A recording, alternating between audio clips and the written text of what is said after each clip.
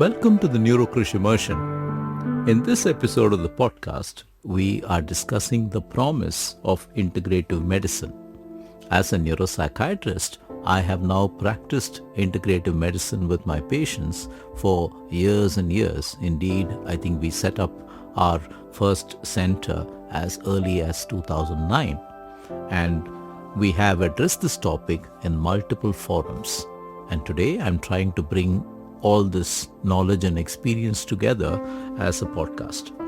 Let's explore what shapes our healing. Is wellness purely a product of pharmaceuticals and surgery, or are ancient wisdom, mind-body connections, and cultural traditions deeply involved as part of wellness? Can a 5,000-year-old Ayurvedic practice actually work alongside cutting-edge neurotechnology? And ultimately, when Harvard teaches meditation and WHO endorses traditional medicine, is there such a thing as normal healthcare anymore?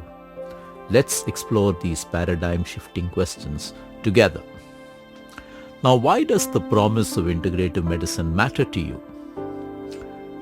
Your aging parents need more than just pills, and if you're aging yourself, you certainly need more than just pills. Your chronic conditions, diabetes, hypertension, arthritis, asthma, COPD, heart disease, cancer, I can keep naming them. They don't improve with a one-size-fits-all medicine. We know that. You are often spending more and more on healthcare, but not necessarily feeling healthier. Our philosophy in Neurokrish and Buddhi Clinic is therefore one of pluralism. Why limit yourself to one healing tradition, we ask. It's also of integration. After all, your smartphone works because different technologies work together. Why can't healthcare work the same way? It's of harmony. Like a symphony, each instrument, each healthcare tradition can play a part in your healing journey. In a world of medical specialists, you can be a patient who gets specialized care from all traditions. What if I told you that the answer to our healthcare crisis isn't choosing between a cardiologist or an Ayurvedic practitioner, but having them work together in the same space? I know the thought sounds outrageous, but integrative medicine tells us and shows us that it is possible. At Buddhi, we talk about a 3M approach to elder care. The 3 M's are memory, mobility, and mental health. Now let's go back and think about an elder who tends to be repeating the same story, forgetting where they put their keys very, very often, and lying awake worrying about their mental clarity. As far as your memory is concerned, your brain isn't broken. It just needs the right fuel and exercise. Mobility, movement isn't just for muscles. It's fertilizer for the brain cells. Mental health, depression doesn't just hurt your mood. It literally shrinks your brain. Traditional medical systems wait for symptoms to emerge. We suggest that a preventive approach works better. Your 70-year-old brain doesn't have to work like a 70-year-old brain. One huge problem we face today in public health as part of brain aging is dementia. Every 3 seconds, someone in the world develops dementia. And by the time I finish this sentence, 2 more families have just got devastating news. But what if we could work to change that story? Ask yourself that question. We go to doctors, we go to clinical systems, we are diagnosed. Doctors tell us you have arthritis, you have blood pressure, you have early signs of diabetes. But what is offered to us after that? We get good advice about health and lifestyle, exercise, salt reduction, avoiding sugar, eating healthy.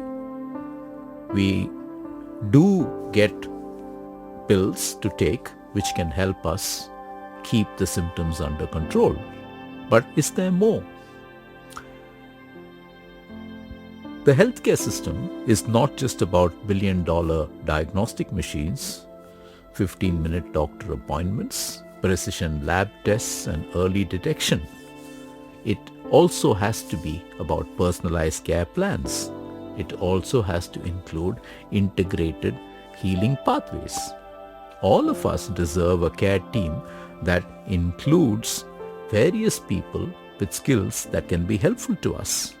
After all, apart from our cardiologist, we could benefit from our yoga teacher, from our nutritionist, and possibly even from our traditional healer. Getting a diagnosis in modern medicine is like getting a weather report but no umbrella. You know what's coming, but you're still going to get soaked.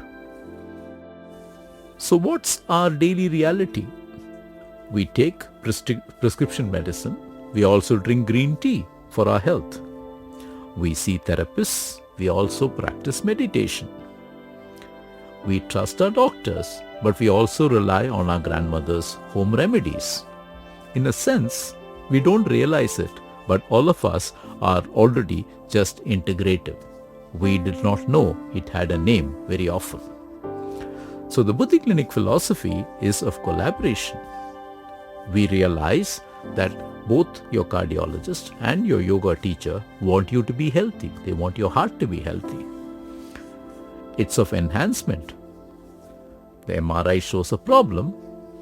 There are medicines to treat it, but also meditation can help to heal it. It's of integration. Modern medicine validates. Ancient wisdom can guide. Both of these can work together.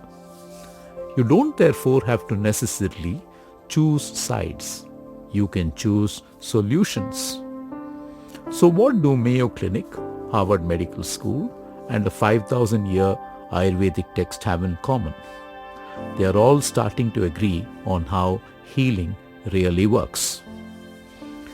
Integrated care comes with 3 R's. The first R, rejuvenation, is really important for most of us at various stages in our life. It asks us to prevent before we have problems. It asks us to optimize our energy. It asks us to restore vitality. And indeed, when we go for retreats or massages or a yoga session, what we are doing is rejuvenating ourselves and engaging actively in preventive health.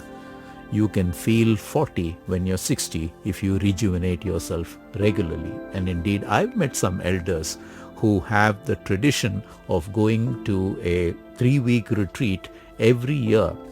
And when you look at them and talk to them, you can perceive the wonderful health that they are experiencing. The second R is restoration. It is to fix what is broken. Healing root causes is part of this. Repairing damage is part of this. And restoring function is part of this. Now, restoration is something that we are called upon to do when something gets broken. Literally, when you have a fracture, you need to restore the functioning of the limb. When you have a stroke, you have to restore the functioning of the limb. When you go through an episode of depression, you have to restore your mental health. Restoration requires consistent work. Restoration requires effort. And restoration can be achieved again through integration. In Buddhi Clinic, we don't see any problem in a person taking medication, having brain stimulation, going through robotic rehab, and having Ayurveda, all for the same problem, a stroke, for example, from which they are trying to restore their health. Rehabilitation, on the other hand, is when you are left with any form of disability, you need to recover, you need to come back stronger, you need to build resilience, and you need to learn how to adapt and work through your disability. These 3 R's, rejuvenation, restoration, and rehabilitation, they tend to characterize most integrative health journeys. Your body doesn't care if your treatment is 5,000 years old or it emerged in the last year. It only cares if it really works. And I think that is what drives our philosophy of healthcare seeking globally. Now, there is international recognition today that integrative medicine has promise and can well be the future. And how is this reflecting for each one of us? Insurance companies are starting to cover alternative treatments like Ayurveda and acupuncture. Medical schools are teaching meditations to future doctors. Hospitals have started hiring yoga therapists. Your options are therefore expanding and not shrinking. Globally, the World Health Organization has created international standards for traditional medicine. The Indian Council for Medical Research is validating ancient practices together with modern research, and medical schools have started to teach integrated care to the next generation. There is therefore a felt need that we shift from this concept of alternative treatments to integrative treatments. This change is essential. Indeed, I am very fond of quoting Professor B.N. Gangadhar, who was the director of NIMHANS. He was also president of the National Medical Commission. And during one of our lectures, he famously said, Ayurveda and yoga are much older than modern medicine. Why are they called complementary and alternative? And I think that is something that we have to sometimes ponder over. How does this benefit us as healthcare seekers or healthcare consumers? Integrative medicine means that we have more treatment options on the table. It can lead to better safety standards, and it can lead to a global expertise developing, which also can be accessed locally. Indeed, when Harvard starts teaching Ayurveda, you know that the world is changing. The world of healthcare is changing. Now, in Buddhi Clinic, we have experience of thousands of patients, but we recently, for a Royal College of Edinburgh presentation, we looked back at some of our patients. We looked at 25 elderly participants in integrative health who were frail. 75% of them experienced significant improvement using an integrative health paradigm. We measured their real outcomes, the 3 M's, memory, mood and mobility, in order to arrive at this conclusion. Now, these people are not alone, and indeed Buddhi Clinic is not alone. 43% of US adults have been shown in studies to use complementary and alternative medicine. And that's a very large number of Americans choosing integration. And therefore, wanting more options is a global phenomenon. What this means, therefore, is that integrative medicine is not just woo-woo. It is also evidence-based. It's no longer fringe. It's mainstream. It's not just experimental. It's validated.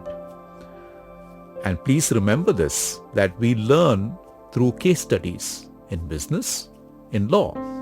Why is it in medicine that we insist on always having a randomized controlled trial, which, by the way, was developed for pharmacological research and is actually not applicable for most non-pharmacological treatments? Why do we insist on having that as proof? Isn't your neighbor's recovery story good enough for you? Ask yourself that question. When I met Mr. S 6 months ago, he was a successful professional. Today, he can't remember what he had for breakfast and gets breathless walking to his mailbox. Does that sound familiar? Many people after COVID had similar experiences. They felt they never really recovered from COVID. Indeed, some had similar experiences even after taking vaccinations. 1 or 2 of our patients who have struggled with long COVID symptoms had more than 3 vaccinations, and that's really when their symptoms started. Many of them experienced brain fog that would not lift, fatigue that really could not get fixed, anxiety that came from nowhere. Mr. S's reality was post-COVID complications, like millions of others. There's so much today published about long COVID symptoms. What underlies long COVID symptoms is dysautonomia, heart racing, dizziness, temperature swings. What also underlies are cognitive challenges. Where are my keys? Becomes a daily panic. And mood problems, depression in someone who's never been depressed. If this happened to you tomorrow, would your current doctor have a plan? Or would you get the standard, oh, it takes time to recover? Indeed, many people we come across have this problem. Multiple consultations, no other causes found, an acknowledgement that this could be long COVID, but no particular solutions beyond a few pills and general advice on exercise, physiotherapy and counseling. Now, when we think about this differently, what do we need? We need to look at precision diagnostics. We need to know what's exactly wrong, not just the symptoms. At Buddhi Clinic, for example, we assess the autonomic nervous system to try and understand whether the person really has an imbalance or dysautonomia. Some of the tests that we do reveal, for example, postural orthostatic tachycardia syndrome, when your pulse rate goes up by more than 30 beats when you stand up from lying down, or orthostatic hypotension, when your systolic BP shifts by 20 millimeters of mercury and your diastolic BP shifts by 10 millimeters of mercury when you change posture. What we also need beyond such testing and confirmation is high-tech solutions, and we have access to the transcutaneous auricular vagus nerve stimulator that's FDA approved, and this is something that we have used very successfully in order to stabilize and silence dysautonomia as part of long COVID in a number of patients. We also need cognitive testing batteries because many people have subtle symptoms that are not caught in simple cognitive tests. And we also need the integration of services and facilities coming together, working together to make the person better. We all know that our mind is plastic. It can change at any age. Now the question is, are you sculpting it intentionally or letting the life hack away randomly? Remember, chronic stress literally shrinks our brain's tissue, and depression can alter our brain structure. Indeed, some of the earliest studies on this using MRI volumetry showed that the hippocampus, the storehouse of memory, shrinks when a person undergoes episodes of major depression. Our anxiety also rewires neural pathways.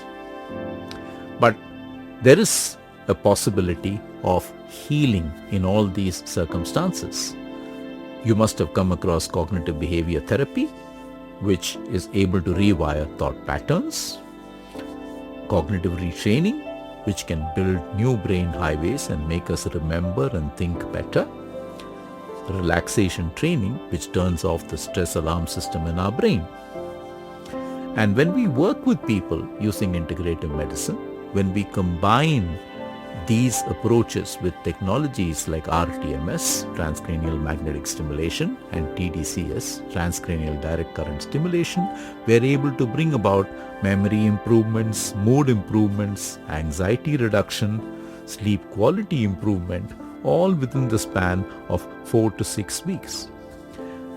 Indeed, many of our patients also benefit by using Ayurvedic and naturopathic procedures, Shiro Abhyangam and Shirodhara, which can be extremely good for stress relief and promote sleep and well-being, mud packs and reflexology, which can relieve constipation, improve sleep, reduce pain. The possibilities of integrative medicine, therefore, in anyone who's going through chronic symptoms are endless. And of course, we do have the problem of modern life. Long hours spent on our desks causing a desk disease, our constant clinging on to our smartphones, literally leading to text necks. And we do have the problem that we need exercise, but we spend a lot of our time stationary and we are unable to get the exercise that we need. Physical therapists are able to help us with many of these symptoms. We have electrotherapy, manual therapy, graded exercises, and through this, pain relief, strength building, improved mobility, improved energy can all be brought about. So mobility can be approached in a very broad way. Please remember that Ayurvedic procedures like whole body Abhyangam, naturopathic procedures, acupressure, reflexology, hydrotherapy, mud therapy, yoga, tai chi, all these interventions have much to offer in terms of improved mobility. Movement, therefore, is medicine, but only if it's the right movement for your body. Now, what if I told you that a 5,000-year-old head massage technique could do what modern medicine struggled with? It can actually calm Mr. S, whom I talked about, his overactive nervous system. Think back about the last time you had a massage. Did you feel instantly calm? Did you notice that you slept better after that massage? You must have had other experiences. How foods affect your energy. How you feel better when you've gone on a hike or spent time in nature. Traditional healing of this sort, therefore, definitely works. You just did not call it medicine. And believe me, bringing it together into your healthcare management plan is integrative medicine.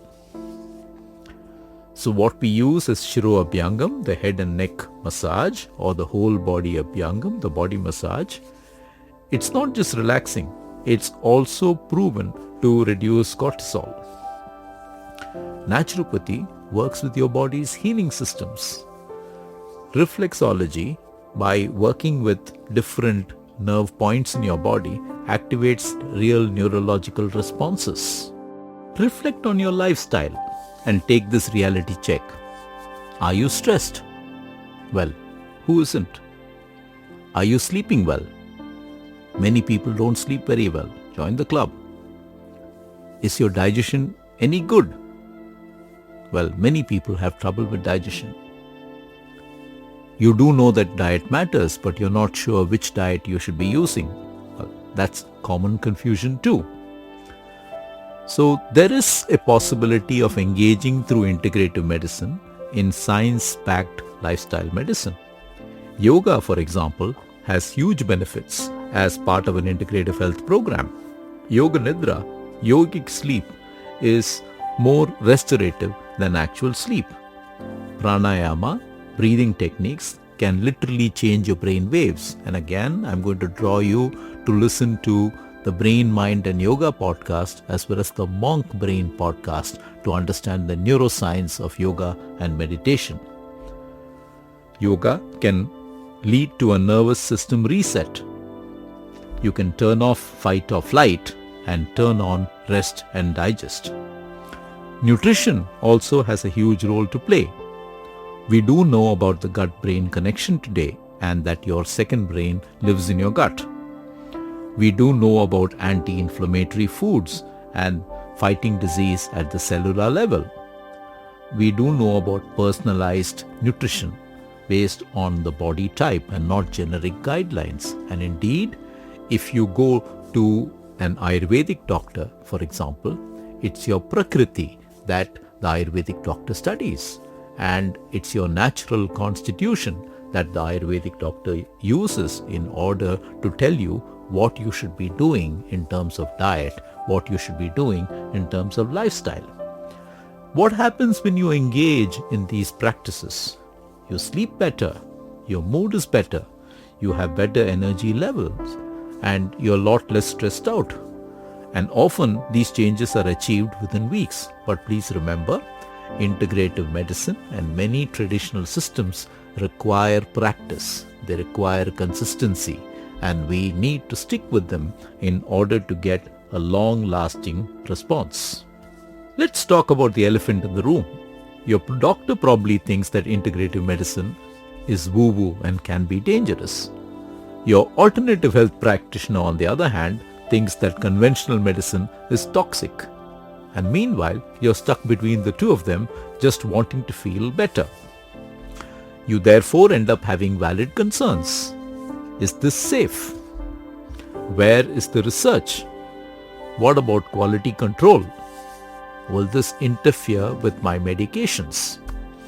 Well, at Buddhi Clinic, we have developed this way of working with people that addresses all these things.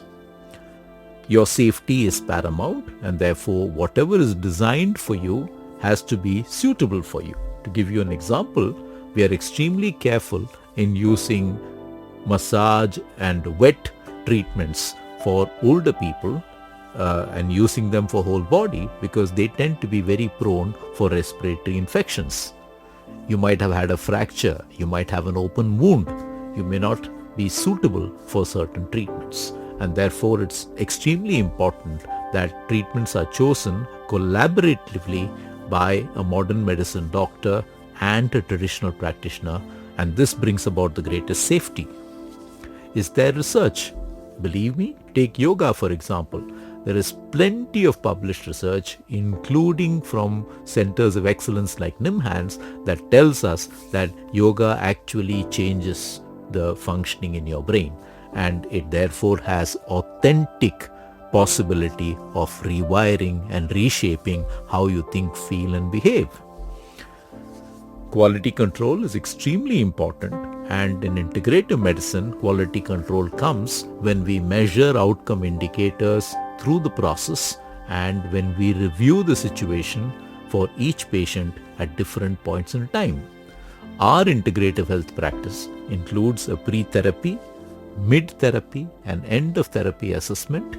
Each of these are accomplished with about 15 outcome indicators. To give you an example, for a person with Parkinson's disease, we always do the Unified Parkinson's Disease Rating Scale. We don't mind that it takes time, but doing the UPDRS tells us whether the person is improving through the process. We do the same for depression. We use Hamilton Anxiety and Depression Scales, for example, constantly through the process. We do the same for, say, schizophrenia. We use the Positive and Negative Symptom Scale as a marker of severity and improvement. And as for modern medication, we never interfere with modern medication. We are extremely conservative about advising internals other than those that come from modern medicine. Many of our patients are on multiple drugs that they are taking for all the different conditions that they are suffering from, and we are therefore aware of the challenges of in any way interfering with these medications. So what we do must be helpful without causing new problems, and that really is the focus of integrative medicine, and that's how we have sharpened and refined our practice over the years. Now there are safety concerns that critics bring about. Some practices, they say, for example, are not regulated. What we need to do is go to global best practices in each discipline and bring them into the integrative health paradigm. I did talk about the RCTs. A common criticism is that many of these techniques have not gone through randomized controlled trials. Now here's the problem. Non-pharmacological interventions, those that involve touch, for example, cannot very easily go through RCTs. A very common problem is blinding. How do you blind someone from acupuncture? Is there even something called sham acupuncture that you can reliably do? These become challenges in clinical trials. There are concerns about adulteration and the quality of supplements, and of course there the government has a role to play in ensuring that everything that comes to the market is as well validated as a good drug that comes to the market, and that you're not simply eating something that comes from someone's backyard. And of course, quality control is a concern that comes across. The only assurance that one can give is that in good centers, quality control is pretty rigorous, and therefore choosing centers is the responsibility of every person seeking healthcare. I have only one point to make. Quality control is as much a problem in modern medicine as it is in complementary and alternative medicine. And as integrative medicine, when we bring the two together, quality control is extremely important and needs to be a focus point, but at the same time, problems, if they exist, come from both areas, modern medicine and traditional medicine. Our response, therefore, is that rigorous safety protocols for everything that we do, evidence-based selection of treatments, and if it's not proven, we don't use it, and third-party validation of anything that we prescribe for our patients as internals. These are things that we feel are extremely important parts of integrative health practice. I had the opportunity of being in a Hindu parley with Dr. Cyriac Ali Abbey Phillips, popularly called the liver doc on digital media. And he called integrative medicine pseudoscience, and he often does talk about his concerns about alternative medicine, traditional medical systems, and integrative medicine. Well, our response is to call it patient-centered care. But there's one thing that's common between what Dr. Phillips wants and what we want. All of us want patients to be healthy and safe, and therefore we are coming at it from the lens through which we choose to see it. However, patient safety is definitely of utmost importance. Skeptics, therefore, take a position that you should stick to conventional medicine only, that traditional and practices lack rigorous testing, and that patient safety requires medical orthodoxy. Our position at Buddhi Clinic is to use the best of all healing traditions safely, to combine ancient wisdom with modern validation, and to focus on patient outcomes rather than on medical politics. All of us, therefore, believe that safety is non-negotiable, evidence matters, and that good regulation protects patients. Your health definitely comes first. But all this debate is actually making integrative medicine better, safer, more evidence-based, more regulated. Good medicine survives criticism. Great medicine grows from it. And one of the points that is often made, and while it's scoffed at, it's equally important, is that people as healthcare seekers and consumers have continued to use Ayurveda and yoga for centuries. Throwing them out because the evidence is lacking is like throwing the baby out with the bathwater. One has to learn to value the traditions, but see how they can be improved and how their practice can be integrated into modern healthcare. And that really is the focus today of what the government is doing as well. Now, one of the important things about modern integrative medicine, which differentiates it from modern medicine, is that it operates on a bit of a McDonald's model. Now, what do I mean when I say that? There is an element of person choice, client choice. So if you walk into a McDonald's, you have the right to decide whether you want to have a Mac, whether you want to have fries, whether you want to have it with a drink. What is it that you want to have? You get to choose. And they get to also choose whether they can give you a meal rather than give you individual items. Now, integrative medicine in general draws on this model. And what it does is that while one ensures that whatever you get must meet safety standards, you can participate in the choice of treatments that you believe can be helpful to you, but only from a list that your integrative medical team draws up for you. It's not retail. It's not you walking in to choose a particular treatment.